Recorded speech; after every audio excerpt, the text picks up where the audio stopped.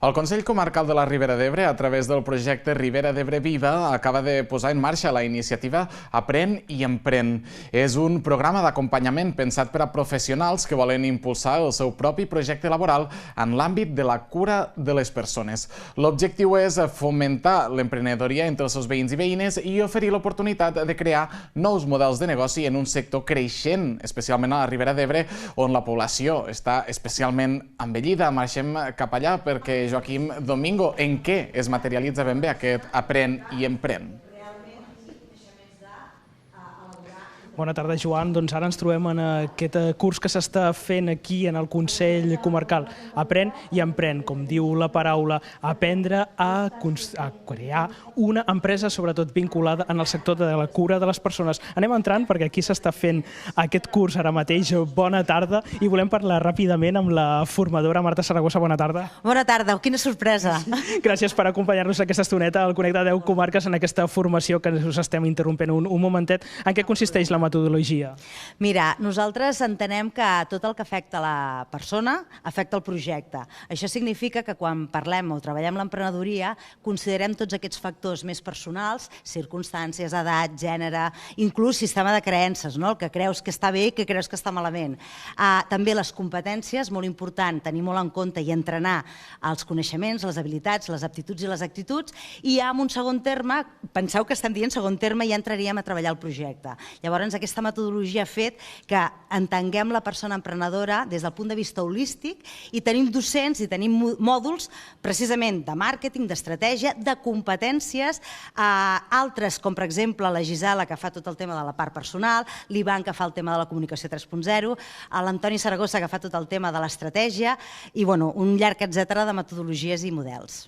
Parlem que és molt ampli el tema de l'emprenedoria.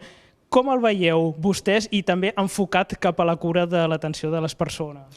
A veure, nosaltres entenem l'emprenedoria com un procés, no com una acció concreta d'un moment determinat. Llavors, en aquest sentit, com a procés, inclús com a manera de viure, és un procés en el qual ens hem d'entrenar, ens hem de formar, hem d'investigar, hem d'explorar. Llavors, això dura tota la vida. Jo sempre dic que és com tenir un fill. Això significa que la persona que comença aquest procés tindrà tota la vida per fer tota aquesta activitat. És més, a partir d'aquest programa, a més ja ha passat, persones que diuen, doncs mira, saps què? Doncs ara no vull muntar una empresa. He vist una miqueta tot el que m'implica i penso que potser d'aquí 3 anys, d'aquí 4 anys. Clar, nosaltres donem tot un seguit de recursos perquè la persona els pugui utilitzar quan en les seves circumstàncies personals millor convingui. Marta, moltes gràcies i precisament volem parlar també amb les participants d'aquest projecte Aprèn i Emprèn. Bona tarda, com es diu? Hola, soc Encarna.